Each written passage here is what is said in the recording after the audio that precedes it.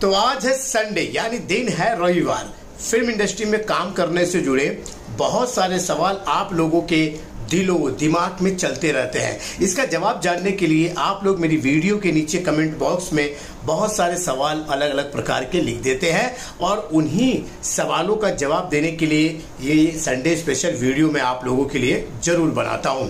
बहुत अलग अलग सवाल आते रहते हैं, जैसे कि हमें पहली बार हम मुंबई जाएंगे तो रहेंगे कहां पर, फिल्म इंडस्ट्री में हमें कोई जानता नहीं पहचानता नहीं तो हमें कैसे काम मिलेगा, हमें ये काम सीखना है तो कैसे जो है हम इसे सीख सकते हैं, हमें इस काम के कितने पैसे मिलेंगे, कोई कार्ड वगैरह बनाना पड़ता है क्या, ऐसे तमाम सवाल होते हैं और मैं उन्हीं लोगों का जो है उन सवालों का जवाब देते रहता हूं। अच्छा, आप में से बहुत सारे लोग पहली बार मेरे इस चैनल पर आए हैं, मुझे नहीं जानते हैं, तो नमस्कार दोस्तों, मैं हूं रामा यादव और मैं फिल्म इंडस्ट्री में कैमरा टेक्नीशियन का काम कई सालों से कर रहा हूं और इसीलिए वहां की जो कैसे काम मिलता है, किस प्रकार से काम आप कर सकते हैं, कौन कौन लोग आपको काम दिला सकते हैं, कहां जाएंगे, कौन से प्रोडक्शन, तो इन पे मैं तमाम वीडियो बनाते रहता हूं। केवल ये एक ही वीडियो नहीं है, बहुत सारी वीडियो है।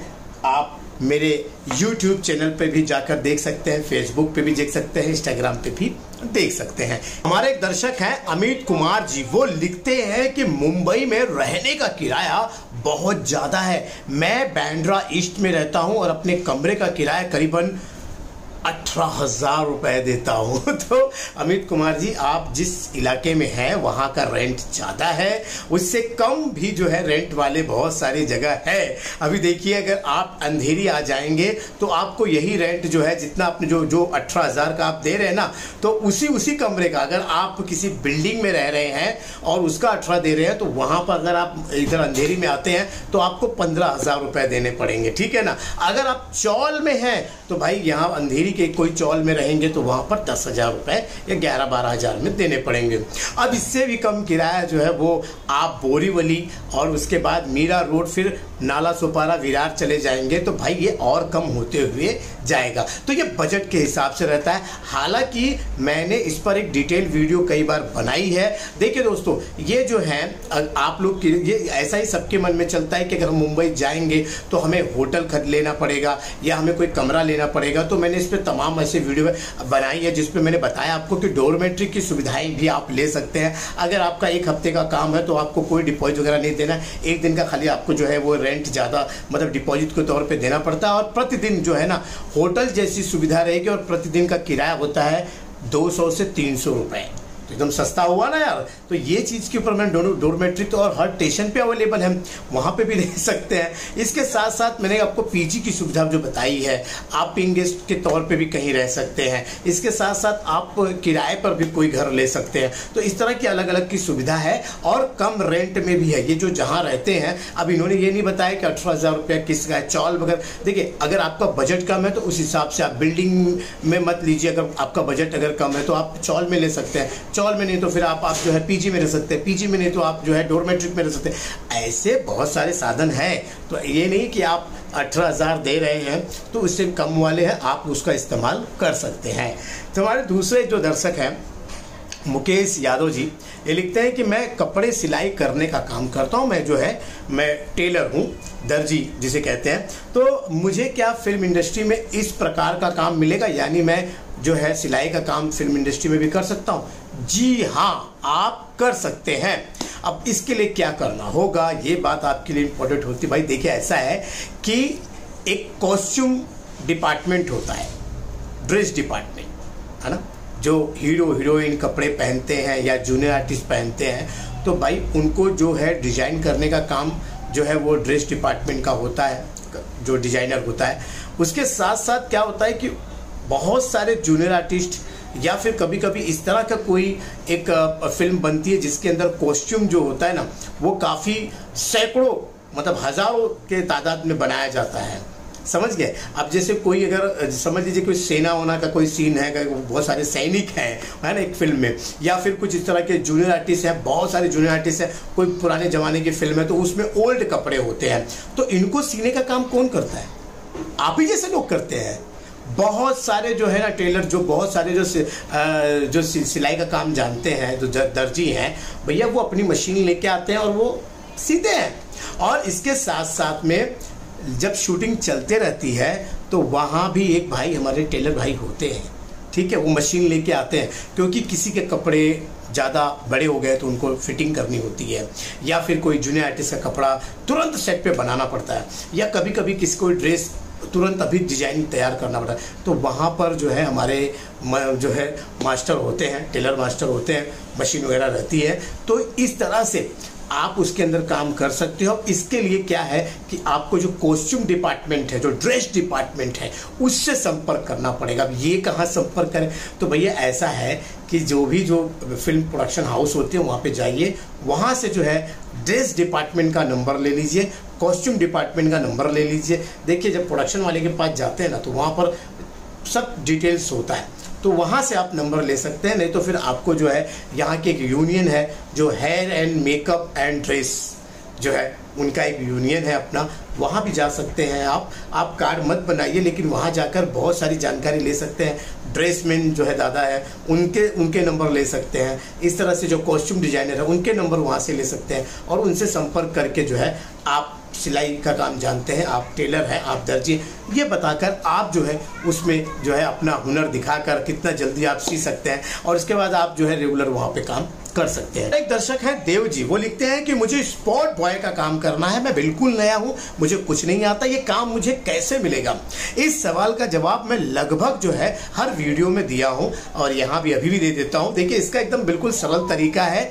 अगर आप किसी को जानते नहीं, पहचानते नहीं, लेकिन आपको मुंबई में बहुत सारे ऐसे प्रोडक्शन हाउस होंगे जो बहुत अच्छे सीरियल या डॉक्यूमेंट्री या फिल्म बनाते हैं, ठीक है, उनके ऑफिस में जाइए। अब वहां पर जाने के बाद डायरेक्ट काम मत मांगिए, काम मांगेंगे तो आपको अंदर एंट्री नहीं होगा। वहां पर जो प्रोडक्शन वाला है, कोई प्रोडक्शन का मेन बंदा होगा, उससे संपर्क करने की कोशिश करिए। आप बोलिए कि मुझे जो आपका ये जो प्रोजेक्ट चल रहा है उसमें प्रोडक्शन जो इंचार्ज है, कंट्रोलर है, उससे मुलाकात करनी है। आसानी से आपकी मुलाकात हो जाएगी। पूछेंगे किस काम के लिए, तो आप बोल देना कि सर मैं स्पॉट बॉय के काम करने के लिए जो है आया हूँ, तो आपके प्रोडक्शन में काम नहीं चाहिए मुझे, लेकिन आपके प्रोडक्शन में जो स्पॉट बॉय इंचार्ज है उसका कॉन्टैक्ट नंबर चाहिए। एकदम ईजी आप बात करिए, एकदम आराम से, वहाँ पर आपको प्रोडक्शन इंचार्ज का नंबर मिल जाएगा। देखिए जब भी कोई प्रोडक्शन वाला कोई भी फिल्म कुछ भी बनाता है तो एक स्पॉट बॉय का जो एक इंचार्ज होता है ना, उसको नियुक्त किया जाता है, समझ गए? तो वहाँ पर वो नंबर आपको प्रोवाइड कर जाएगा, वो आपको मिल जाएगा।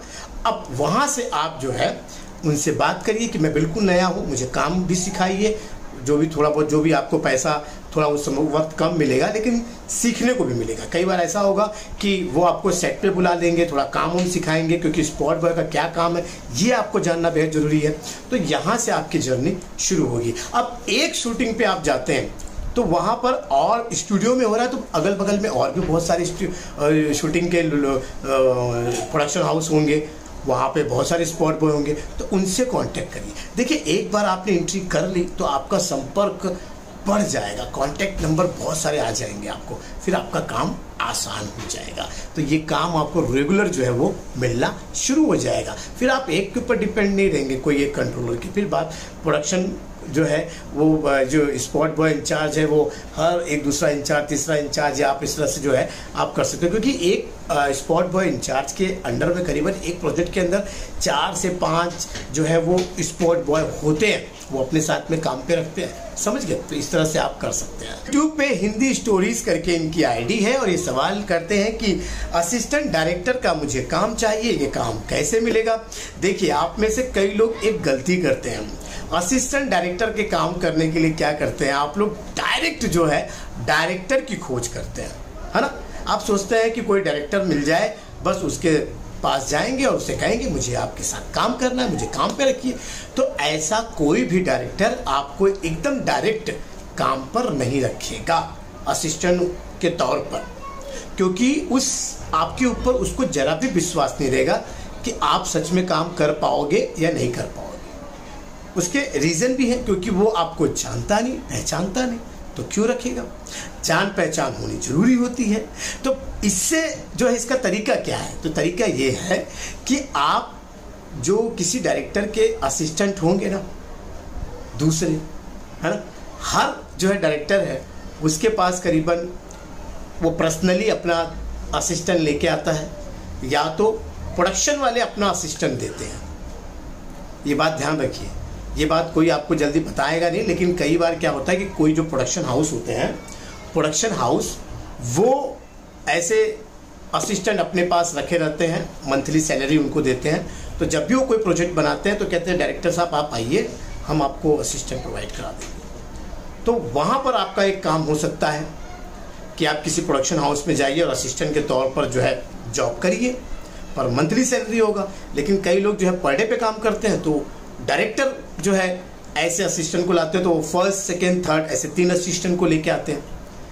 तो उसमें क्या होता है, जो फर्स्ट एडी है ना, जो फर्स्ट असिस्टेंट ऑफ डायरेक्टर है, उससे संपर्क करिए, उसको ढूंढने का काम करिए। डायरेक्टर को मत ढूंढिए, असिस्टेंट डायरेक्टर को ढूंढिए। जो फर्स्ट असिस्टेंट डायरेक्टर है वो नहीं मिला तो सेकेंड डायरेक्टर असिस्टेंट, लेकिन वो फर्स्ट असिस्टेंट डायरेक्टर आपको मिल जाएंगे। आप किसी प्रोडक्शन हाउस में जाइए, वहाँ पे पता करिए कि भैया आपके जो इस प्रोजेक्ट के जो डायरेक्टर थे उनके असिस्टेंट का क्या नंबर है, क्या नाम है। और नहीं पता कर पाएंगे तो आपको किसी भी जो भी आपने प्रोजेक्ट देखा होगा उस पर उनका नाम जरूर आया होगा, टाइटल वगैरह में आता ही ना नाम, है ना। तो वहाँ पर उस नाम को लेके जाइए उस प्रोडक्शन हाउस में और बोलिए, आपको 100% वहाँ से नंबर मिल जाएगा। तो क्या होता है कि उस असिस्टेंट को बोलिए कि भाई जो है कि मैं आपके साथ में जो है सेकेंड थर्ड लेवल पे काम करने को तैयार हूँ।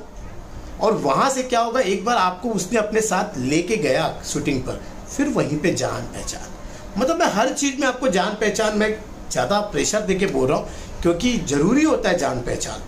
और यहाँ पर आप सेकेंड असिस्टेंट डायरेक्टर बन के गए वहाँ पर, मान लीजिए आपको डायलॉग्स का या फिर कॉस्ट्यूम का या फिर क्लैप का जो भी काम आपको मिला वहाँ पर, तो उससे डायरेक्टर से आपकी जान पहचान हो जाती है, आपको वो जानने लगता है, आप उसको जानने लगते हो। फिर क्या होता है कि अगले प्रोजेक्ट में अगर फर्स्ट एडी नहीं हुआ तो सेकेंड एडी को भी मौका मिल जाता है। तो इस तरह से आगे चलता है। तो ये वाला कार्यक्रम होता है भाई, जान पहचान जरूरी होती है ऐसे कामों में, क्योंकि हर लोग चाहते हैं कि मैं किसी अपने विश्वासी आदमी को रखूं। तो इसी प्रकार से होता है। और दूसरा जो मैंने आपको बताया कि प्रोडक्शन वाले ही खुद जो है मंथली सैलरी पे ऐसे असिस्टेंट को हायर कर लेते हैं और उसके बाद अपने प्रोजेक्ट में हर डायरेक्टर को जो है देते हैं। तो इस तरह से आपको काम मिल सकता है। तो मुझे उम्मीद है कि आज की वीडियो में मैंने काफ़ी सारे सवाल का जवाब दिया है। और अगर कोई सवाल छूट गया है तो दोस्तों नाराज़ बिल्कुल मत होइएगा, कमेंट बॉक्स में जाइए, वहाँ पे अपना सवाल लिखिए, मैं जवाब देने की जरूर कोशिश करूँगा। चलिए आज के लिए बस इतना ही, मिलते हैं अगले वीडियो में, तब तक के लिए नमस्कार।